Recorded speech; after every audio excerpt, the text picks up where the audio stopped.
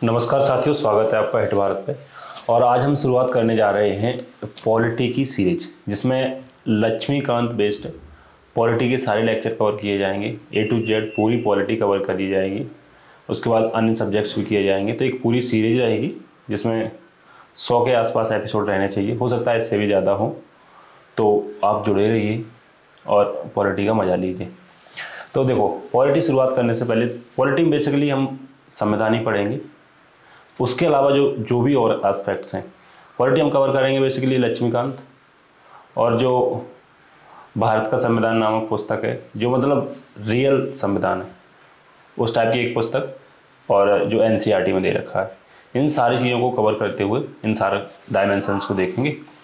ठीक है, तो शुरू करते हैं कि संविधान क्या है और संविधान की ज़रूरत क्या है। संविधान बेसिकली कानूनों का समूह कह सकते हैं, या हम कह सकते हैं कि संविधान वो पुस्तक है या वो चीज़ है जो, अब मैं वो चीज़ क्यों बोल रहा हूँ, क्योंकि ब्रिटेन का संविधान लिखा हुआ नहीं तो उनकी पुस्तक तो है नहीं, तो मन में धारणा है सिर्फ उनके में। तो संविधान वो पुस्तक या वो चीज़ है जो हमारा बेसिक कानून है।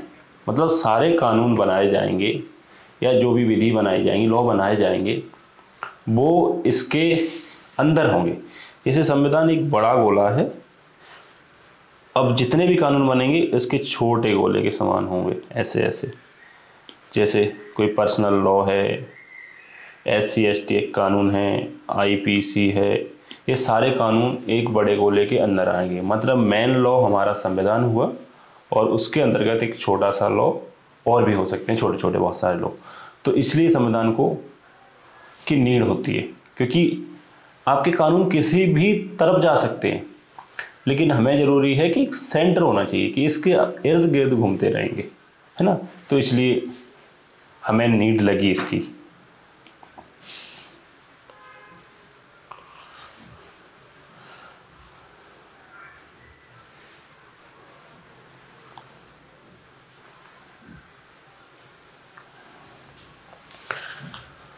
पहले क्या होता था 1947 से पहले या आज़ादी से पहले, कि हर क्षेत्र का अलग अलग राजा होता था और हर राजा के अलग अलग कानून होते थे।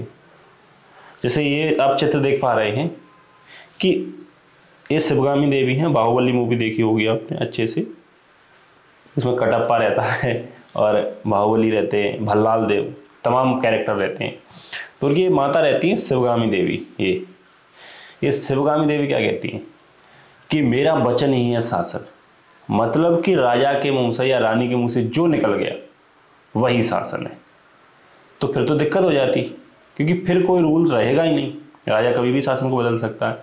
आज हमारी संसद अगर कोई कानून बनाती है तो समितियां होती हैं, लोकसभा राज्यसभा होती है, दोनों अलग अलग उसको पारित करते हैं, फिर हमारे महामहिम राष्ट्रपति जी उस पर साइन करते हैं, तब जाके वो कानून बनता है। लेकिन पहले क्या होता था, मेरा वचन ही है शासन, मतलब राजा ने जो बोल दिया वो सही है। ठीक है, तो इस चीज़ से निजात पाने के लिए संविधान जरूरी था, इसलिए संविधान बनाया गया। अब आज हम पढ़ने क्या जा रहे हैं, 1773 का रेगुलेटिंग एक्ट। ये पहली कड़ी है संविधान बनने की। यहाँ से माना जाता है कि हमारे संविधान की नींव पड़ी और धीरे धीरे ये कानून बनते गए, एक्ट बनते गए, चार्टर बनते गए, और हमारे लिए एक संविधान तैयार हो गया। राइट,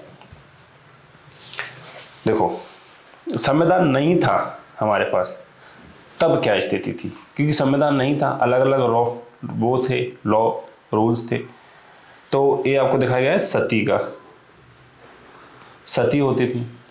अब सती में कहा जाता है कि ना मैं था उस समय ना आप थे, मैंने पुस्तकों से पढ़ा है, आपने भी कहीं से पढ़ा होगा, है ना।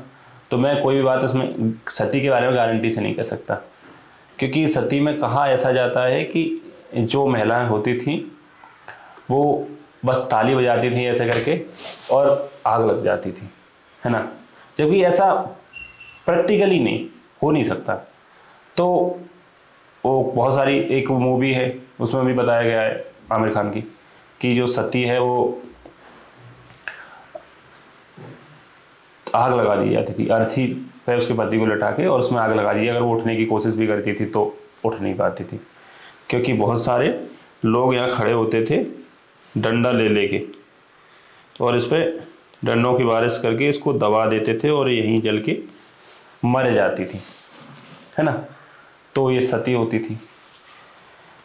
ये तो आम जनता की बात हुई। यहाँ तो राजाओं की देखो, महाभारत में आपने देखा होगा, जो महाभारत सीरियल आता है टीवी में या जो आप मोबाइल पे देखते हो, ये दुर्योधन का रोल किया है इन्होंने और ये द्रौपदी का। तो आप सोच सकते हो कि एक राजा के घर में भी स्त्री सेफ नहीं है, क्योंकि कोई स्त्रियों के लिए कानून नहीं थे। आज जो कानून है स्त्रियों को प्रोटेक्शन करने के लिए, चाहे यौन हिंसा के नाम पे या दहेज के नाम पे या जो जितने भी कानून बने, वो पहले तो नहीं थे। तो इनके वस्त्र उतार लिए गए, वो भी एक राज्यसभा में। अगर कानून होता, आज आप सोच सकते हो कि हमारी संसद में अगर ऐसा हो सकता है क्या कि किसी स्त्री के वस्त्र उतार लिए जाए सबके सामने और कोई कुछ ना कर पाए? क्यों? क्योंकि लॉ है आज, पहले नहीं था। आज संविधान है, पहले नहीं था। एक विशेष पिछड़ा वर्ग, इनको शूद्र कहा जाता था, तो इनके लिए कोई कानून नहीं था। इनको देख रहे हो, ये गले में मटकी टांग के घूम रहे हैं भाई साहब, पीछे झाड़ू टांग के घूम रहे हैं। मतलब कि अगर आप मटकी में देखोगे, इसी में थूकोगे, बाहर थूक दिया, तो अगर कोई तथाकथित उस समय के सब जन देख लेंगे तो आपके लिए समस्या हो जाएगी, आपको पिटाई हो जाएगी, हो सकता है आपकी हत्या हो जाए। तो क्यों? क्योंकि कानून का अभाव है।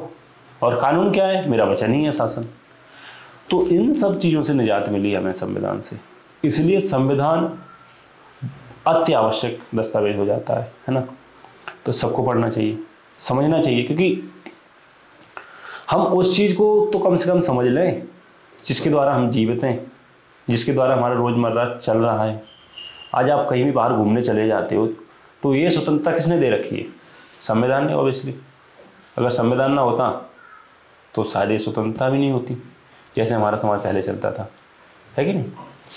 तो अब आते हैं मेन टॉपिक पर, रेगुलेटिंग एक्ट 1773 का।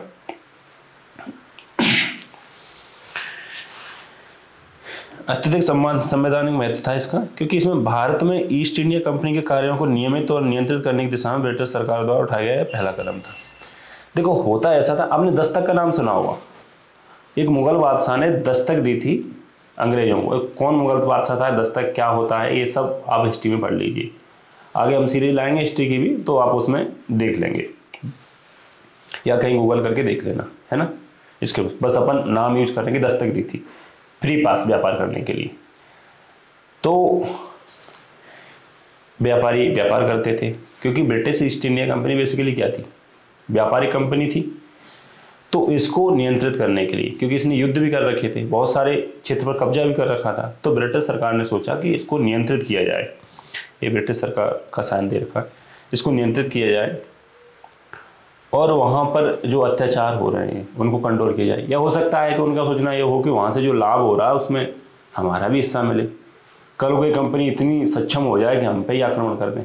तो इन सब रीजनों के कारण उन्होंने सोचा कि हम कंपनी को नियंत्रित करते हैं, और ये फर्स्ट स्टेप उठाया 1773 का रेगुलेटिंग एक्ट।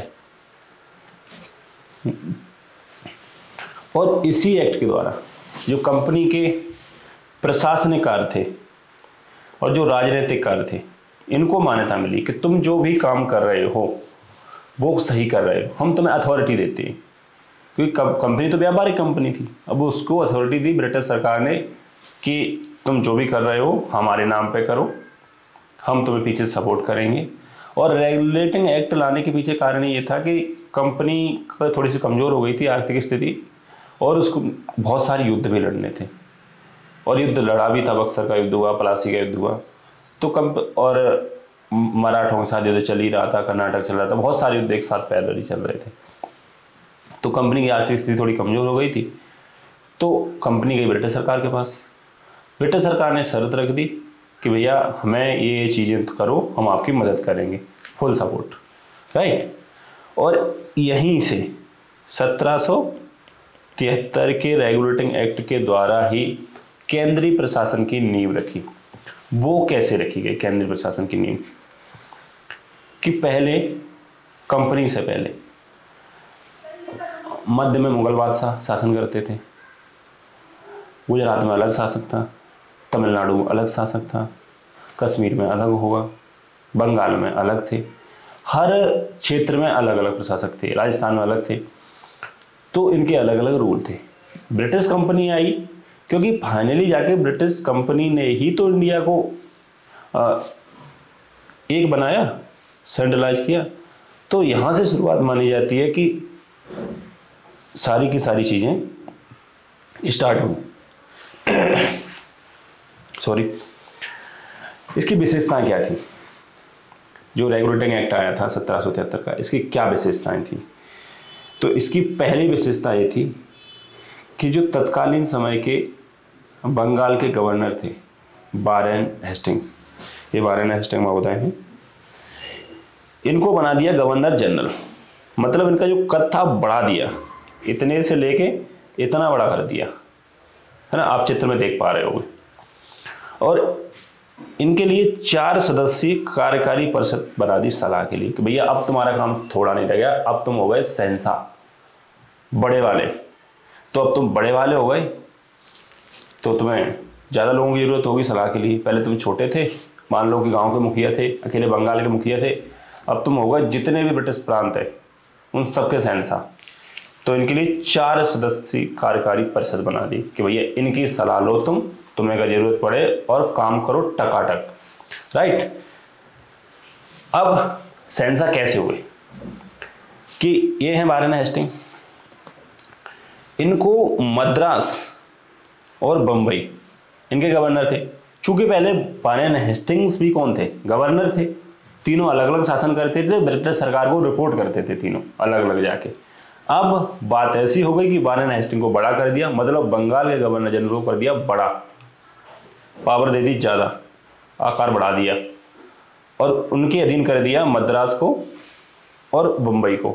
मतलब कि ये जो भी कार्य करेंगे, युद्ध लड़ेंगे, व्यापार करेंगे, पहले रिपोर्ट करेंगे वारेन हेस्टिंग्स को, बंगाल के गवर्नर जनरल को, और उसके बाद अगर वो नहीं सुनते हैं तो किसी किसी मुद्दे पे सीधे ब्रिटिश सरकार के पास जा सकते हैं, राइट। और क्या हुआ इस एक्ट के द्वारा?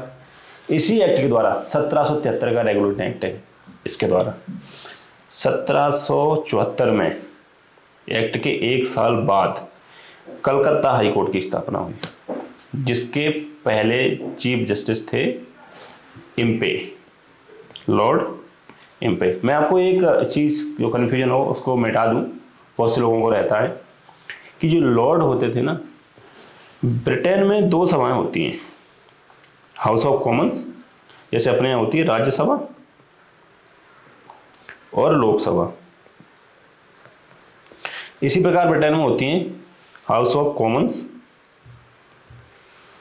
और हाउस ऑफ लॉर्ड्स।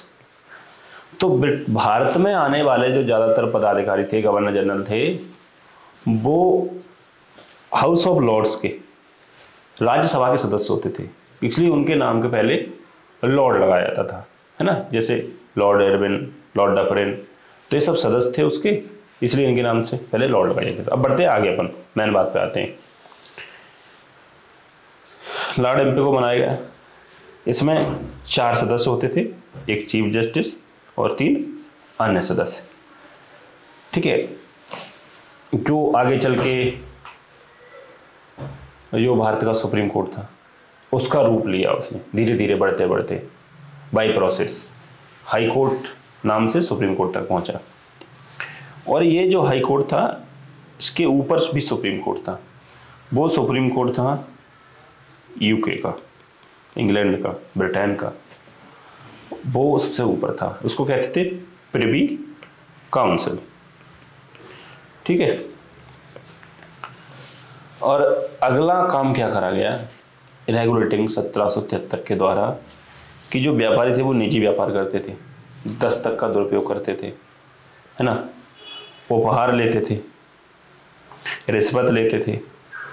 देखो, आप अगर पदाधिकारी हो प्रशासन में, तो जो वहाँ पे व्यापारी हैं, या जो अन्य लोग हैं उनको अगर आपसे काम निकलवाना है तो आपको रिश्वत देंगे, डायरेक्ट या फिर इनडायरेक्ट रूप से उपहार देंगे कि भाई लो हम तुमको कार देते हैं, हम आपके बच्चों को कार गिफ्ट कर दे रहे हैं। इसलिए भारत सरकार में भी बहुत बड़ा उपहार लेना प्रतिबंधित माना गया है ना। और इसी एक्ट के द्वारा एक अंतिम कार्य कह सकते हैं कि कोर्ट ऑफ डायरेक्टर्स का गठन किया गया। ये एक गवर्निंग बॉडी थी जो भारत में कार्य किया जा रहा था कंपनी सरकार द्वारा, उसका राजस्व कार्य हो, उसका नागरिक कार्य हो या उसका सैन्य कार्य हो, इसकी जानकारी ब्रिटिश सरकार को देना आवश्यक। मतलब कोर्ट ऑफ डायरेक्टर्स मध्यस्थ था किसके बीच में, गवर्नर जनरल या फिर कंपनी और ब्रिटिश सरकार के बीच में। तो ये था 1773 का रेगुलेटिंग एक्ट। आशा करता हूँ आपकी समझ में भी आया होगा। अगर आप कोई सुझाव देना चाहते हैं तो कमेंट बॉक्स में सुझाव दीजिए, और अगर वीडियो आपको अच्छा लग रहा है तो शेयर कीजिए, ज़्यादा से ज़्यादा लोगों तक पहुँचे, है ना। तो मिलते हैं अगले वीडियो में।